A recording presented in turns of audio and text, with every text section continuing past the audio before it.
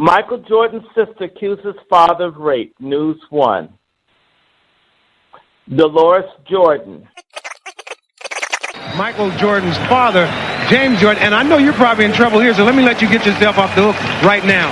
Yes, Ahmad, I really appreciate the fact that I can take this opportunity to wish my beautiful wife a happy Mother's Day along with my beautiful daughter-in-law and, believe it or not, my daughter. He was so nasty, Michael Jordan. He knew his father was raping his sister. Michael Jordan needs to set up a center for pedophile and sex abuse. You know your father's raping your sister. And by the way, Michael Jordan, your mama's sorry to let your dad rape her daughter. Oh my gosh, wait. What did you just say? Michael Jordan's dad did what? Michael Jordan, your mama's sorry to let your dad rape her daughter and then dog the daughter who couldn't handle it anymore. Wow. Is that online somewhere that Michael Jordan's dad raped his daughter? Or is that something It's out there. If it's not out there, I said it. Let him sue me. I can get some money off him. Let's go to court. His sister will join me hand in hand. The world is small. The world is very small. We're talking about Michael Jordan. Jordan. I'm talking about the bald-headed one that's a coon. With your sister, you silent. You got that kind of pain in your family. There's a lot of garbage in our communities. And these people have the money and the means to do something. And all they want to do is keep everything quiet. Like the AIDS crisis in Atlanta and in Miami. And little bald-headed, chump-ass John Lewis. These people run around talking about how voting rights. If we all get AIDS, who's going to be alive to vote, dumbass John Lewis? Okay, guys, I want to just take a quick pause for the cause because I need to give you a point of reference. If you'd like to find out more about what DrShort was talking about, please visit news1.com. The title of the article is Michael Jordan's sister accuses father of rape. And this is per Dolores Jordan's book titled In My Family's Shadow. I'm going to read you just real quick a few lines from the actual article. Ending 8 years after it first began and 5 years after losing my virginity to my father, it scares me to think how much longer the abuse would have went on had I not spit out the dreadful truth to my mother during one of our many heated disagreements. Disagreements that were sometimes anything but pleasant and often featured no indication of love between the two of us. So, as she ranted and raved about how no slutty daughter of hers better get pregnant and bring any bastard children into her house, I finally heard myself saying, well, if I am so much of a slut, then why don't you keep your husband out of my bed? So again, you can find that article on news.com. And also, guys, I need to mention this. We're in the hour of Oprah Winfrey versus 50 Cent and Russell Simmons. And I'm not trying to be a black woman who brings a black man down. I am just here to inform you that our shows are not scripted. So whenever there's an opportunity for me to give you a reference point because of something that one of our guests said, then I'm going to take the time to do that. And such is this case, okay? All right, so let's get back to the show. And after the show, I'll see you guys down in the comment section. Michael Jordan has just been so cruel to his sister. I mean, why does she have to take one for the team? We should call for a boycott of his shoes until he helps his sister out. When are we going to get tired of this? Yeah, I keep talking about John Lewis. Yes, John Lewis, he needs to sit down. Get your chump ass out of office. I don't care about what they did in the 60s based on what they're doing today. You know, you get what I'm saying? You know what? If someone brought you a Tampax from 1960, you wouldn't use it because it's old, right? You say, well, I appreciate it, but I'm not going to use it, right, because it's old. And that's how I feel about some of these so-called black leaders. What was the name of the pastor? Because that's who I thought you were just talking about. Remember we talked about a pastor in North Carolina? Oh, you mean the Carolina? Yeah, Reverend William Barber, Bishop Mantitty. Oh, that's not the guy. That's not Carlo. Okay, that's not the guy you were talking about. He's morbidly overweight. Yeah. And now he says a lot of stuff about poor people, which I agree with, but you know what he does? You got to get down with the sodomite agenda in order to deal with poverty. That's like saying, I'm going to give you a job if I can put this corn cob in your rectum. You want the job, right? But the corn cob, that's the deal breaker. This is what he's pushing.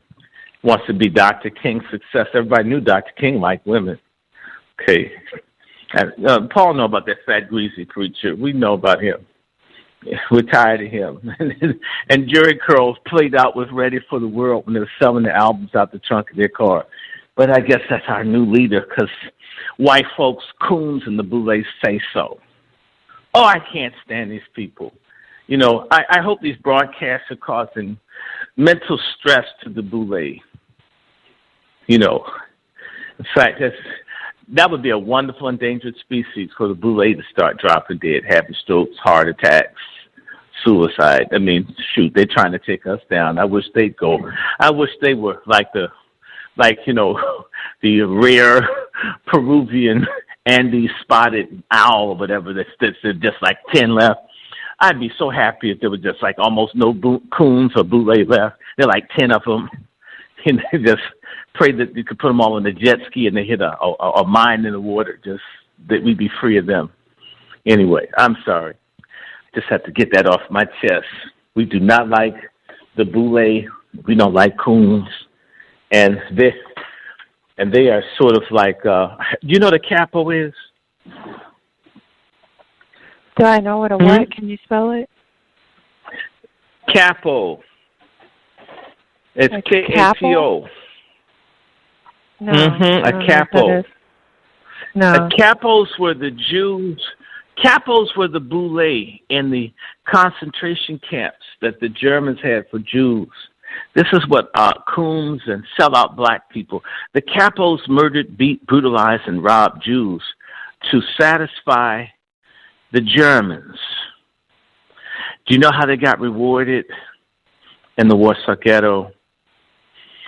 They had all the people line up. They were going to give them a special award. Had them behind the truck, got all the capos lined up, and they pulled the covering off the truck, and it was a machine gun, and they mowed the capos down. That's what coons and boule traders, that's what they're ultimately going to get for doing this to us. And actually, it's unfortunate. I'm telling you, things would change in our community tomorrow if a person that was known to be a boule or a coon were to be punished in a way. It would scare the rest of them to think twice. It's before your time, but I remember Black Power and Black awareness, and if you were a coon, like you were a coon doctor and you had to practice and you wouldn't help anybody, the Panthers may go in and make you help 10 people a week. That was reciprocity. Look out for the rest of us, right? We don't have anybody now because, he's a doctor. He went to Meharry, or he went to Morehouse, or he went to Vanderbilt. He went to Hopkins. He's a big doctor.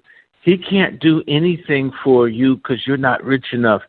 We're the only people that allow folks money. Well, actually, us and the people we're just like. That's why I call a lot of black folks blacknecks. They're nothing but rednecks of color. Poor white folk never demand anything from rich white folk. As long as they're not black people, they're happy. And as for black folks who want to be white, they're not happy, but they don't ask rich blacks or rich white folks for anything, but they would like to get it. Now, you mentioned something about nobody standing with black leaders. I agree with Paul. We have a lot of basically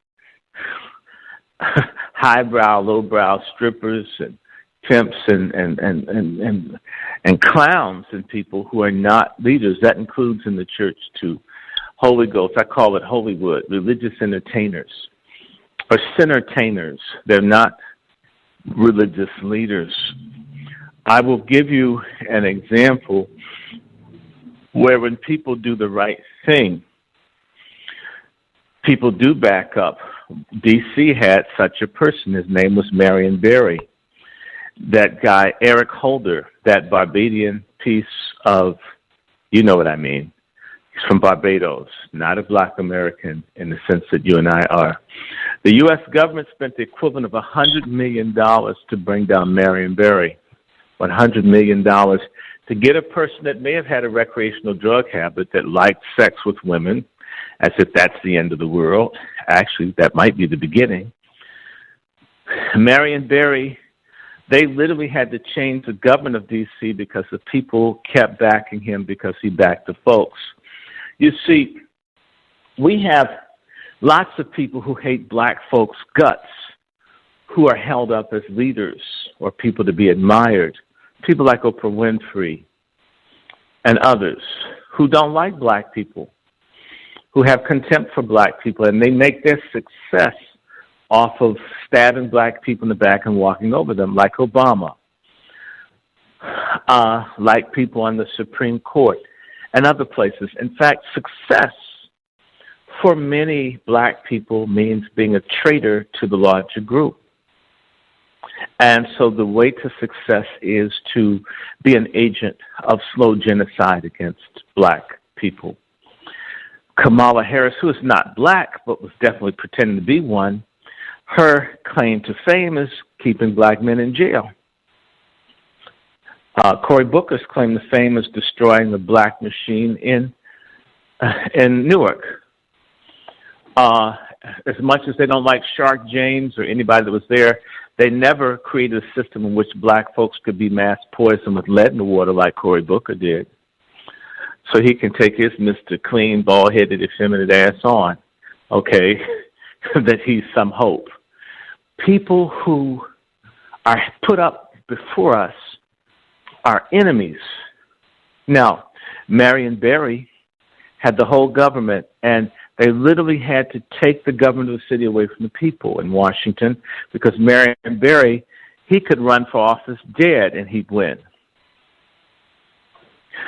You see, people like Paul or people like the judge, people who love black people, oftentimes, like what we're saying about these rappers, they're young people doing positive things in the community. They're sisters. There are people who really love their people that do positive stuff. They don't get funded. I know a group called AHEAD. That stands for Adventures in Education, Agriculture, and something else. And these folks throw a circus, a black circus, and they've been raising money for over 30 years doing work in Africa, but it's positive. No money. They can't get any money. I'm a member of a group called the Good Ground, Good Life. Paul, had a group working with 200 young people, and they can't get funding, can't get any money because he's not promoting LGBTQ. There are people doing stuff with almost nothing in our community. They're being starved resources, and they're being starved two times. They're being starved by white society, and they're starved by coons. And black people under a dictatorship of coons, of traitors, of scum. And until we start disliking these people, we're in trouble. Do you get where I'm coming from? But Marion Barry may have had shortcomings, but he looked out for people. You will get your teeth punched out cursing Marion Barry on a public bus right now. That's how much love that man has. Dead. It does too exist, but usually there's not an outpouring of love or concern for one another. And actually, if it is happening, you won't hear about it. So someone like Paul, who has a program that helps people who are coming from jail get jobs, they're never going to be in any of the papers. They're not welcome in the churches. I'm not welcome in church. I know folks doing stuff. They're outcasts because the Boule and the other folks have us in a very crazy position, And the masses of our people are asleep, don't want to wake up or don't want to sacrifice or lose anything. And in reality, the few, Martin Luther King wrote about this, and where do we go from here, chaos or community? He mentions how few black people were involved in the civil rights movement. It's true. Most of the time, black folks are freeloaders. They're fraudsters. I'm saying us as a collective will not help the greater good until they see it successful. We're very faithless people. I'm dealing with the political campaign. We've been out here before anybody, longer than anybody, and it's going to take some white people to give us some money, and then all of a sudden black folks are going to notice us. That's how insane it is. It's like a Jew having to get a French kiss from Hitler to get a handshake from a fellow Jew. That's how stupid we are. And it's a choice when you know better. A lot of people know better. Now, let's take an example. We brought up Bill Cosby. It's no secret that Bill Cosby's family is from Lawrenceville, Virginia, and there's a Short family from Lawrenceville, Virginia, and I'm a Short, meaning Bill Cosby's like a fourth or fifth cousin somehow. Bill Cosby surrounded himself with people who don't like his own family, and he didn't have a lot of use for his own family. Right? He spent money on the white broads that lied, that never sent a postcard to the larger family.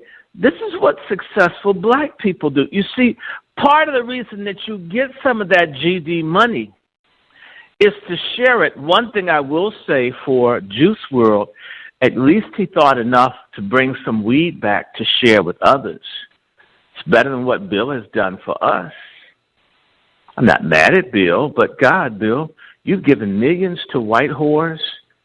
You had the first certified black genealogist in the country. That's your cousin, that the woman that helped raise you with your mother begged you to meet and you didn't want to know her.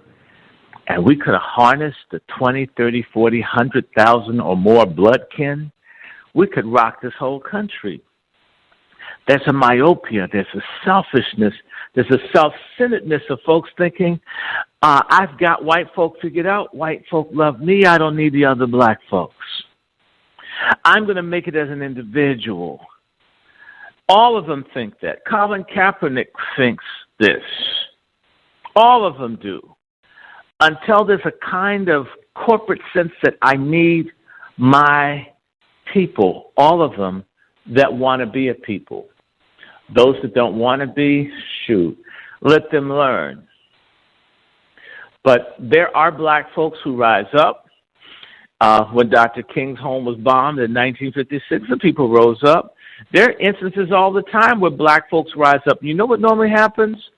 What they do to the black people who get tired, say, come on, y'all, calm down. Don't act stupid. Let me translate. Don't y'all do anything on my behalf. Don't stand up to the system. It'll work itself out. Just go back to being brain dead. Don't help. Whenever you have a situation where the cops kill someone, you have a blow up, they bring out the same people, the Al Sharptons and the others, to tell the folks, y'all need to be ashamed of yourselves getting upset about police killing children. You ought to be ashamed of yourself, human trafficking.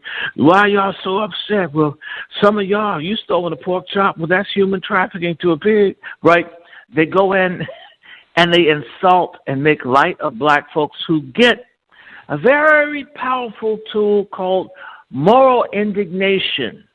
There's not enough of it in black America. There's too little. We've got a deficit of people who get sick and tired and fed up because we're modern-day slaves. A slave is a person that has to take whatever's done to them. That's an enslaved person. A slave is a person that accepts it. We're slaves now. We accept it and go along with it. The person with chains on couldn't do any better. We don't have chains on. We do a hell of a lot worse. So we do have leaders. When Rosa Parks got mugged, the people in Detroit rose up to kill the man that beat her. But people were, please, brothers, don't hurt. They should have. It would have been a better thing had they killed the dude. That would have said, if you put your hands on an old black woman, you should run to the police station because the community will punish you. In Atlanta, when the black men got tired of their children disappearing in order to protect the Klan and the others that were killing these children, Maynard Jackson and the others had the police beat up the black men that rose up to defend their community. Little high yellow, anti-dark-skinned black folks, Maynard Jackson of Atlanta. Sister, it happens. But my God, if the people who rise up aren't a certain color or a certain class, they get attacked by whites and by the boule. People do raise up. They do stand up. And normally you won't hear about it in the news. It's not going to get the push. And right about now, I have to keep talking about these people. We're at an absolute point of corruption, whereas someone like myself can personally tell you, when I ask other pastors, be against old black people being murdered for their homes and for their money, and people won't even say you're right. I sent an email out. I had one minister write me back and say, I'm with you. So killing old black people is okay with certain folks. And see, people like me don't have a platform, because if I had it, I would expose the people. I would get big, I am the Walrus with no tux, T.D. Jakes. I would clown him every day until he did something. All right, Dr. Short, let's reel it back just a little bit. Right now, we're going to bring Paul back into the conversation. He was experiencing a few technical difficulties earlier, but I think we got everything all cleared up. Now, this is a part 2, and part 1 was about Juice WRLD, so we're going to touch on that just a little bit so it'll all make sense. And then part 3 will be you and the judge talking about Oprah Winfrey and Russell Simmons, 50 Cent. I'm hoping to get Pearl Jr. in to talk about Michael Jackson so we can put a nice spin on it, so stay tuned for that. So, here's Paul. Let's just jump right back into the conversation. I would first like to start off with the Juicy boy. Juicy is not one of those type of persons. He come from the South. I'm from Chicago. I live right here in the city, in the belly of the beast. Juicy is from the South Suburbs. He's from the South Suburbs, and he graduated from high school. When he died, when he overdosed on drugs, because that's what happened. He overdosed on drugs. He didn't just die. He overdosed on drugs like a common drug addict in the alley. And I'm not trying to make it pretty, and it's for a reason why. He grew up in the neighborhood, but yet he kept having to feed into, because he had that gift on him. He had that blessing that come from God to be a person that can use his music and his talent to be somebody. But no door was open to him other than he had to go through a certain doorway and produce a certain type of music. Now, he responsible because he was a man. He was not 5 or 2 years old. He was a grown man. He takes 5% of his responsibility, which cost him his life. He's responsible for what he's doing in his life. But who created the monster? Where did the monster come from? Why all our children, all of our young people, they can only perpetrate on national TV or any TV. They can only perpetrate as a criminal, I've been to the penitentiary, so I can talk about this. I did 20 years in the penitentiary. I've been to the penitentiary 3 times. I can identify young people who perpetrate a lie and trying to pretend they something because they are rewarded for that. the Hollywood community rewards them of that. Why? And even when they try to bring in the white children and make them go through the gutter doorway, where they have to do gutter music and always use this profanity, and they don't let them get that big because they're not trying to have their people trapped in that maze of the red light. Our people is in a bad situation. Like Brother Randy said, even when you're trying to help our people take it the wrong way. They take it that you're a sucker, or that you're weak, or you're a lame. All that comes from the system. If our people stop trying to perpetrate a lie, stop trying to be somebody you ain't. When I first went to the penitentiary, all I had to do was listen to the old guys when I first got down there. They told me, you do not have no business in jail. Now, look, after I committed a crime, they said there's a difference between committing a crime and being a criminal. You're not a criminal. You're a person that committed a crime because you wanted some money and you broke the law and you came to jail. That's not a criminal. That's a person that broke the law. You need to get off this treadmill now and get on with your life. Now, it took me 3 times to figure this out. The first time I went to jail. So that's how I can identify myself. People going the wrong way. It's something about our people. We always go find something that can destroy us. They may have the loving preacher that love the people, that serve God, feed the people. Oh, we don't want to go over there. That's might find God over there. We want to go over here to the preacher with the big Cadillac and the super church. You know, like the Eddie Long, Martin Luther King daughter sitting up in there. This got to be the right place. Only to find out, hey man, these people are perpetrating a lie. All that is the system pointing our people in the wrong direction. Now I'd like to say this on a different note. This society teaches us, whether it's in grammar school or high school, whether it's in college or on the streets, this society teaches us that first, I'm talking about our people. I'm not talking about these other ethnic groups. They got a different policy for them. But for our people, it teaches us that we ain't nobody. And it makes us think that if we obtain some type of notoriety or if we attain some type of wealth, that we become somebody. But even after you become wealthy, like a Bill Crosby, even after you do everything right, like Randy said, perpetrate a man, taking care of his family and sending his children to school, they still turn around and find something wrong with Bill Crosby, send him to the penitentiary, and let the white man pay $25 million. Bill Crosby had $25 million. Let the white man spend $25 million, and no black women said nothing.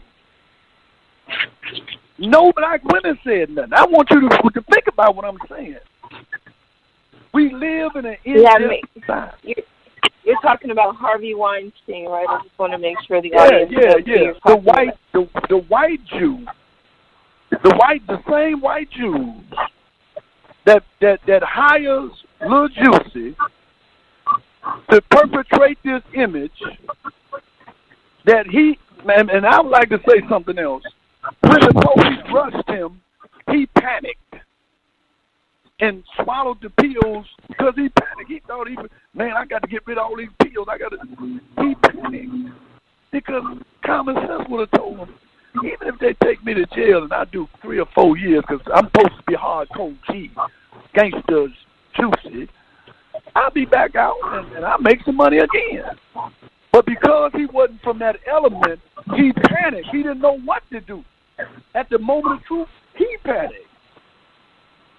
And that's what's happening to our people.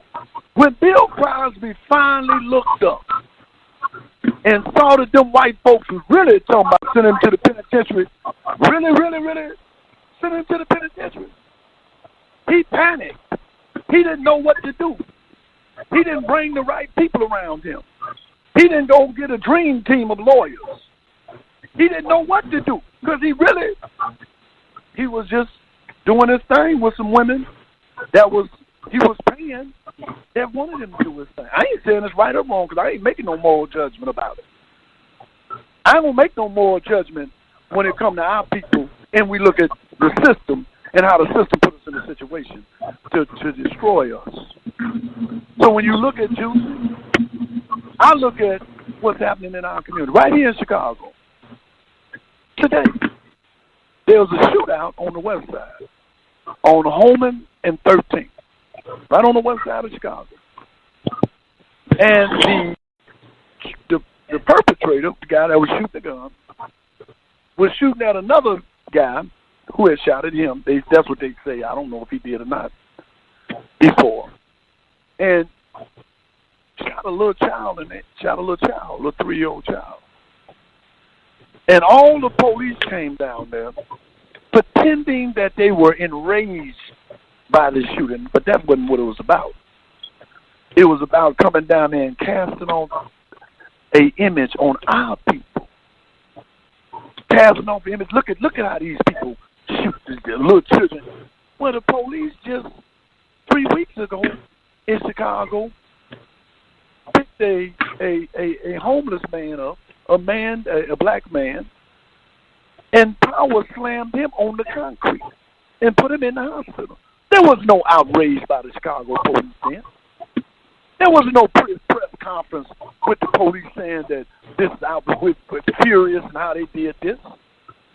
So when we talk about our people, we got to be very selective. Do we got contradictions among our people? We certainly do. And you made a point of asking a question. Some people think that they is just trying to get out the ghetto. Well, I think that goes for Barack Obama. When he came to Chicago, he didn't have no money. After he went to Harvard and perpetrated a phony education system that he went up there. When he came to Chicago, he met one of the girls in the hood, because that's where his wife's from. His wife has stayed across from the project. Michelle Obama lived right across from the projects. She knew Valerie Jarrett. Valerie Jarrett had a hookup at the University of Chicago. Both of them had degrees, but that don't mean nothing. Black folks got degrees and unemployed. When they went to the University of Chicago, they gave them a plan to get rid of black folks out of Chicago. And he got into politics, which is another criminal organization in the city of Chicago. And when he got in Chicago, got into politics, he bought a house from a criminal that went to the federal penitentiary. No different than he bought it from a drug dealer or another gangster. And we talk about the President of the United States. I'm giving you a little history of him. With that, I got to get mine, you got to get yours.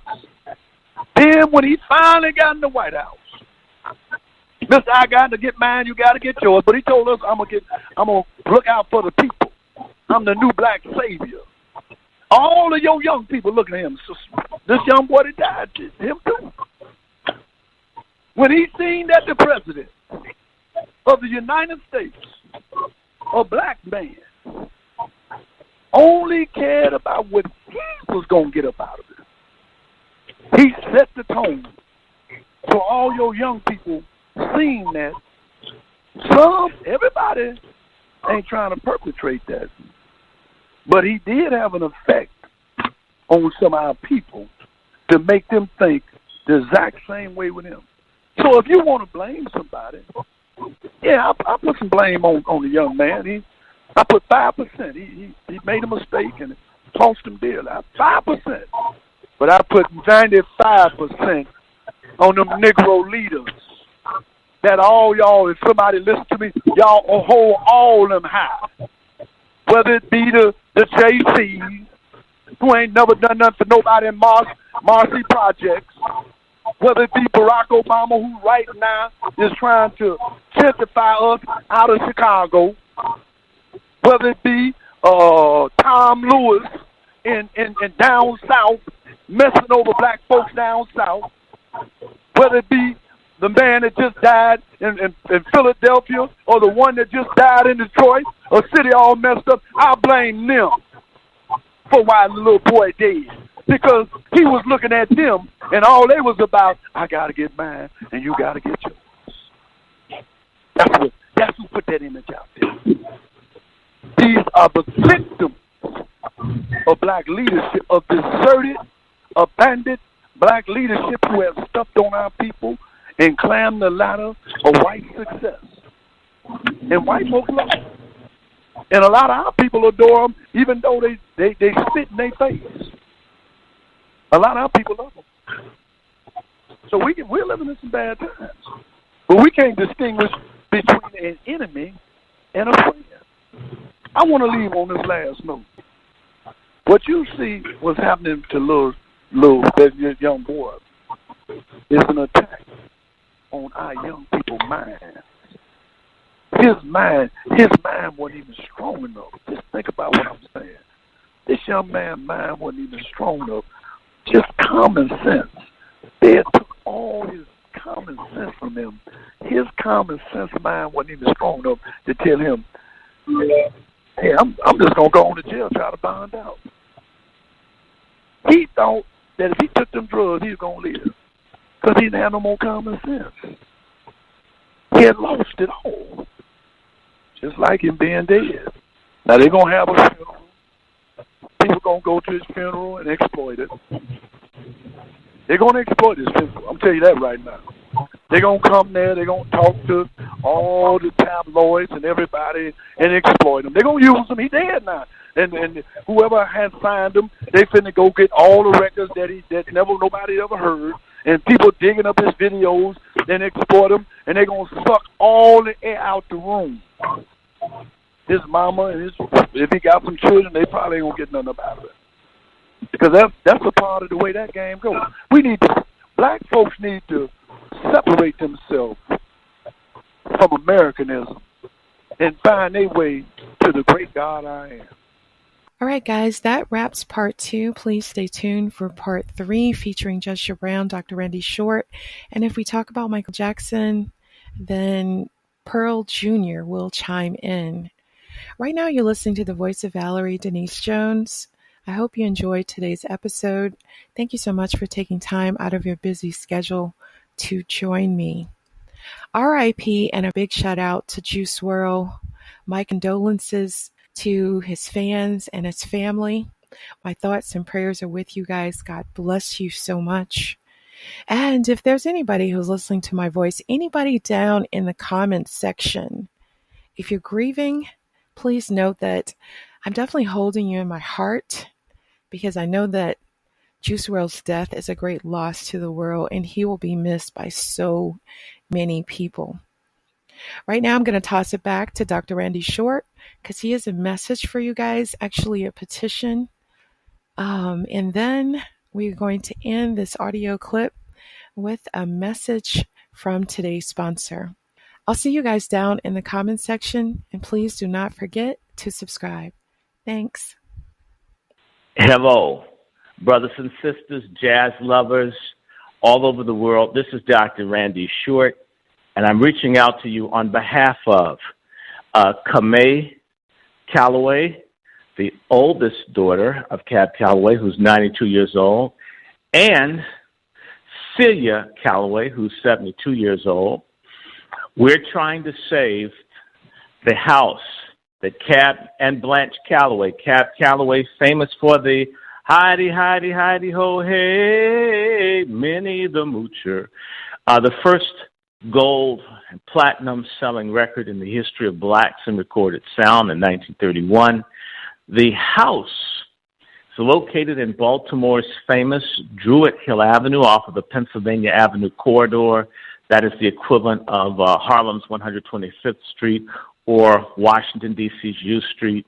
And the house is at 2216 Druid Hill Avenue.